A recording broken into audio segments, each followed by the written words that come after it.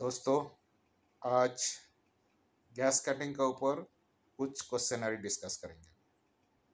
तो चलिए, पहले क्वेश्चन क्या है? What are the gases are used for gas cutting and how do they react? क्या क्या गैस इस्तेमाल होता है गैस कटिंग में और कैसे वो रिएक्ट करते हैं, कैसे रिएक्शन होता है। Why does gas cutting torch have peripheral holes beside central? Gas cutting का जो टॉर्च होता है उसमें चारों तरफ होल क्यों रहता है और सेंट्रल में क्यों हो रहा है? What are the uses of pressure reduction and regulator? Gas cutting system में जो हम सिलेंडर में जो प्रेशर गेजेस लगाता है, उसका रिड्यूसिंग वाल्व लगाता है, उसका पर्पस क्या है? Why are the cylinder vertical secure? Cylinder को हमेशा वर्टिकल रखना क्यों जरूरी है? Why do you mean by backfire and flashback? Backfire क्या होता है, फ्लैशबैक क्या होता है, उसका रेमेडी क्या है? इसका ऊपर हम आज वीडियो बनाने वाला है। चलिए सुनते हैं। तो फर्स्ट, क्या क्या रिएक्शन होता है? रिएक्शन में देखेंगे, गैस कटिंग जब होता है उसमें जो बेस मेटल होता है, स्पेशली आयरन का गैस कटिंग के लिए हम इस्तेमाल करते हैं।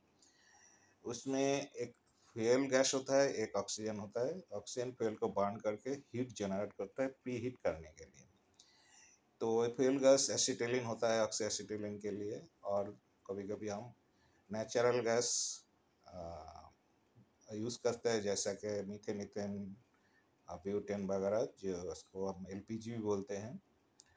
तो अल्टीमेटली ये सारे हाइड्रोकार्बन होता है। तो हाइड्रोकार्बन का साथ जो ऑक्सीजन का रिएक्शन होता है उसमें एक्सोथर्मिक रिएक्शन, मतलब हीट जनरेट होता है। पहले तो एक कार्बन मोनोऑक्साइड इनकम्प्लीट कम्बशन होता है, अल्टीमेटली वो कार्बन डाइऑक्साइड जनरेट करके कंप्लीट कम्बशन करता है। तो कंप्लीट कम्बशन में क्या होगा, जो हीट जनरेट होगा इसमें बेस मेटल को प्री हीटिंग टेम्परेचर तक ले जाता है, वो जो टेम्परेचर बनता है।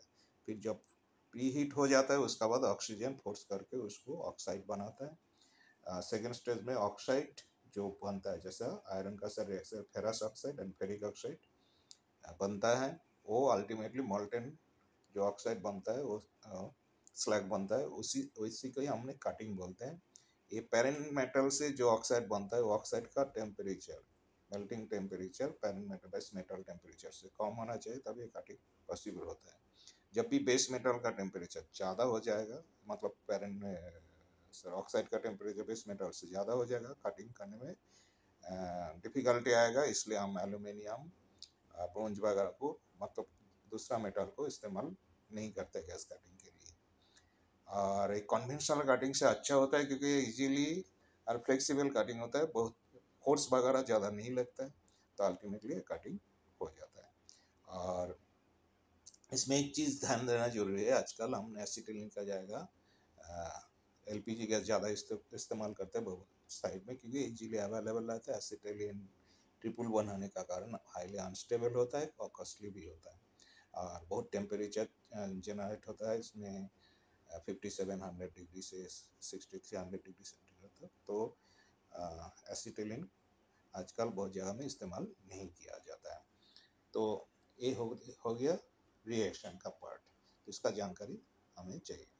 ओके, इसमें जो फ्यूम वगैरह आता है कार्बन डाइऑक्साइड का हार्मफुल होता है, इसलिए हमेशा हमें फेस सील मास्क वगैरह इस्तेमाल करता है। हाई टेम्परेचर जनरेट होता है इसमें, बहुत 3500 डिग्री सेंटीग्रेड का टेम्परेचर, मतलब इन्फ्रा रेडिएशन, अल्फा रेडिएशन, सारे रेडिएशन होता है जिसमें आई को इफेक्ट कर सकते हैं। तो फेस सील वगैरह, गगल्स वगैरह रखना बहुत जरूरी है। तो नेक्स्ट है हमें कटिंग टॉर्च। जो कटिंग टॉर्च में होल क्यों होता है, मतलब जिसका नोजल होता है, देखिए इसमें जो कटिंग टॉर्च है, ये कटिंग टॉर्च में हम देख सकते हैं इसमें एक कटिंग टॉर्च का नोजल है, जो नोजल का अंदर 2 से 6 पेरिफेरियल होल है और सेंटर में एक होल है। कटिंग टॉर्च में 2 नॉब रहता है, ऑक्सीजन एंड फ्यूल का ऑफ ऑन करने के लिए ट्रिगर भी रहता है। नोजल अल्टीमेटली ऑक्सीजन एसिटिलीन जो सिलेंडर से हो जाता है उसका साथ कनेक्ट होता है, जिससे हम कटिंग करते हैं। तो ये जो नोजल होता है, नोजल एक्चुअली क्या है, अलग अलग साइज का होता है, अलग अलग मेटल का थिकनेस का ऊपर हम 0.5 mm से लेकर 250 mm तक मेटल को कटिंग कर सकते हैं। तो उसके हिसाब से नोजल का साइज होता है। तो नोजल का जो पेरिफेरियल होल है उसमें से एक्चुअली मिक्स गैसेस आता है, फ्यूल एंड ऑक्सीजन का, जो प्री इग्निशन टेम्परेचर के लिए, मतलब इग्निशन टेम्परेचर के लिए चाहिए, फ्लेम जनरेट करके हीट अप कर देता है मेटल को। अल्टीमेटली जो ट्रिगर से हम प्रेस करते हैं, सेंट्रल से वो ऑक्सीजन आता है, उसको स्लैब फॉर्म करके कटिंग करके आगे बढ़ता है।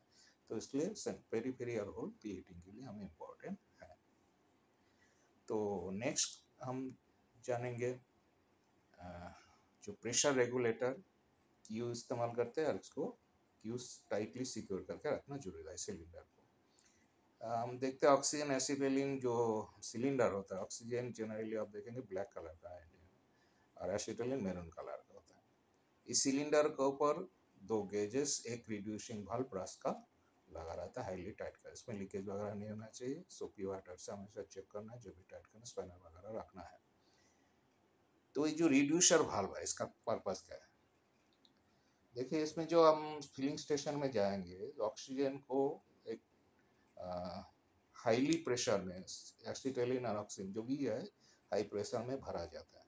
ऑक्सीजन देखिए इसमें 244 psi, सॉरी 244 क्यूबिक एक फीट ऑक्सीजन सिलेंडर को 2200 psi में भरते हैं, और ऐसे ही एसिटिलीन को 250 psi में भरेंगे। लेकिन जब उसको काम करेंगे हम, उसके लिए हमें मैक्सिमम 70 psi चाहिए, 31 से 35 psi चाहिए, मतलब 35 psi सफिशिएंट है। एसिटिलीन के लिए 15 psi सफिशिएंट है। तो इतना वर्क, मतलब इतना फिलिंग प्रेशर से वर्किंग प्रेशर को ले आने के लिए एक रिड्यूसर वाल्व जरूर है। तो इसमें हम देख सकते हैं जो चार्ट से 0 से लेकर 1.4 इंच से लेकर 12 इंच तक थिकनेस का दिया हुआ है, जिसमें हम देखते हैं ऑक्सीजन प्रेशर 30 से लेकर 70 psi तक वर्किंग प्रेशर चाहिए, लेकिन एसिटिलीन का 3 से 6 psi सफिशिएंट है। एंड कटिंग टिप कितना, नोजल कितना साइज का है वो भी दिया हुआ है इसमें। इसमें और भी एक चीज़ हम देख रहे हैं, इसमें जो स्पीड है, जो कटिंग का स्पीड है, वो भी मेटल का थिकनेस जब बढ़ता है कटिंग स्पीड घट जाता है, ये भी मेंटेन करना जरूरी है। तो हम इसके लिए प्रेशर रिड्यूसर तो लगाते हैं। और एक चीज़ इसमें पूछा गया, जो हम इसको वर्टिकल क्यों रखते हैं, टाइटली सिक्योर्ड क्यों रखते हैं? देखिए, जब सिलेंडर भरा जाता है, उसका सिलेंडर हाई प्रेशर में होता है, लिक्विडिफाइड फॉर्म में रहता है, मतलब एसिटिलीन जैसा कि हाईली एक्सप्लोसिव, हाईली अनस्टेबल है। 29.4 psi के ऊपर ये अनस्टेबल हो जाता है। तो इसमें स्टेबिलिटी बढ़ाने के लिए इसमें एसिटिलीन है जो लिक्विड फॉर्म में रहता है।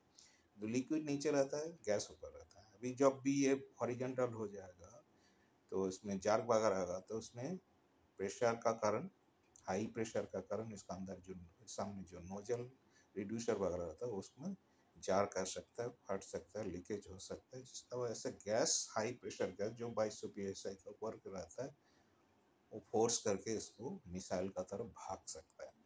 तो इसलिए इसको टाइटली सिक्योर करके रखना है। इवन जब ट्रांसपोर्ट करेंगे उसको भी वर्टिकली उसको टाइट करके कैप लगा के रखना है, सो दैट नीचे गिर के बाद उसको चार्क लग के उसको टूटना चाहिए, इसका नोजल वगैरह, इसका जो रिड्यूसर वगैरह भाग, इसको ध्यान देने का जरूरत है। जब भी हम को स्टोर करेंगे, एम्प्टी एंड फुल सिलेंडर को अलग अलग स्टोर करेंगे, वर्टिकली स्टोर करेंगे, कैप लगा के रखेंगे, इसमें सेपरेट रखेंगे ऑक्सीजन एंड एसिटिलीन सिलेंडर को। तो ये ध्यान रखने का जरूरत है। लास्ट बट नॉट लीस्ट, हम बैकफायर, फ्लैशबैक बारे में बहुत टाइम सुनते हैं। क्या है फ्लैशबैक? बैकफायर तो होता है, एक कंडीशन आता है जब हम देखते हैं जो टिप होता है नोजल का, उसमें डस्ट, डार्ट वगैरह जम सकता है, उसमें हीट अप हो जाता है, फ्लेम टिप में ही रह जाता है, उसमें गैस वगैरह फ्लो नहीं होता, तो उसको बैकफायर बोलते हैं।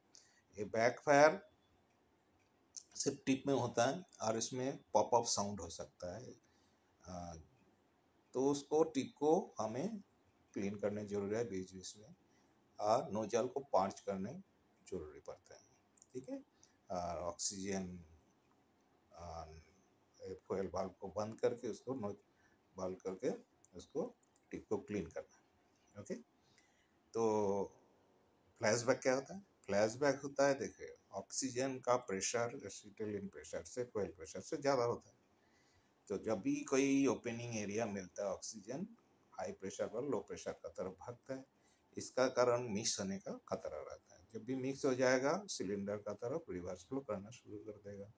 अगर जब रिवर्स फ्लो करेगा मिक्स होके और इसमें ब्लॉकेज वगैरह है, कुछ भी टिप वगैरह में कोई भी प्रॉब्लम आएगा तो उसमें हाई प्रेशर जनरेटर फ्लेम वगैरह भी आ सकता है। फ्लेम फायर ये सब चीज़ हो सकता है, जिसका कारण आप वो जो नोजल है, नोजल का अंदर से ब्लैक ब्लैक कलर का स्मोक देख सकते हैं।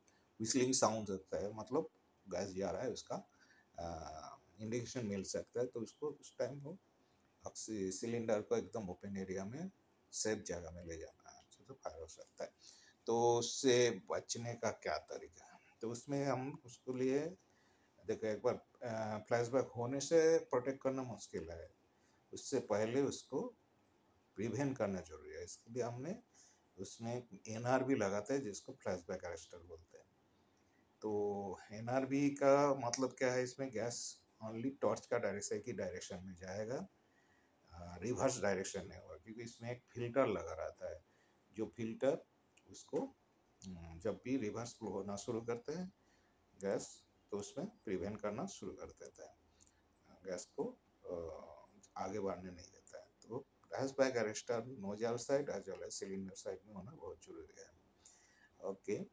और इसमें जब भी है आपको भाप oxygen as well as acetylene का नॉब बंद करके उसको क्लीन करना जरूरी है और इन्वेस्टिगेट करना जरूरी है। फॉइल का तरफ भी और ऐसा है नोजल का तरफ भाग बंद करना है, सो उसका तरफ, ठीक है, बंद करके इन्वेस्टिगेशन करना जरूरी है। और एक चीज़ बताना बहुत इम्पोर्टेंट है, जब भी इसको आप छोड़ के जाओगे, कोई भी गैस का टर्च भाई साहब उसको कटिंग करते करते कोई ब्रेक में जाता है, बाहर खाली छोड़ के जाता है, तब भी एक चीज़ संभाल के जाना है, क्योंकि इसमें जो फ्यूल गैस है थोड़ा भारी होता है, उसमें स्टोर होते रहता है। तो इसलिए जब भी नेक्स्ट टाइम लाइट अप करेंगे उसमें फ्लैश आउट होने का पॉसिबिलिटी रहता है। इसलिए हमेशा भी जब भी इसको छोड़ के जाना है सिलेंडर और टॉर्च वगैरह, उसको भाल बंद करना है। नोजल का तरफ जो नॉब वगैरह रहता है, पहले आपको फ्यूल का नॉब बंद करना है, फिर ऑक्सीजन का नॉब बंद करके उसको फिर सेव करके दोनों तरफ से जाना है। तो बाल बंद करके जाना है। ओके। इवन जो लाइटिंग करेंगे उस पे टाइम मैच स्टिक वगैरह यूज नहीं करना है, हमेशा लाइटर को इस्तेमाल करना जरूरी है, क्योंकि उसमें भी फ्लैश आउट हाथ में हाथ में लग सकते, जल सकता है, क्योंकि ये हाईली फ्लेमेबल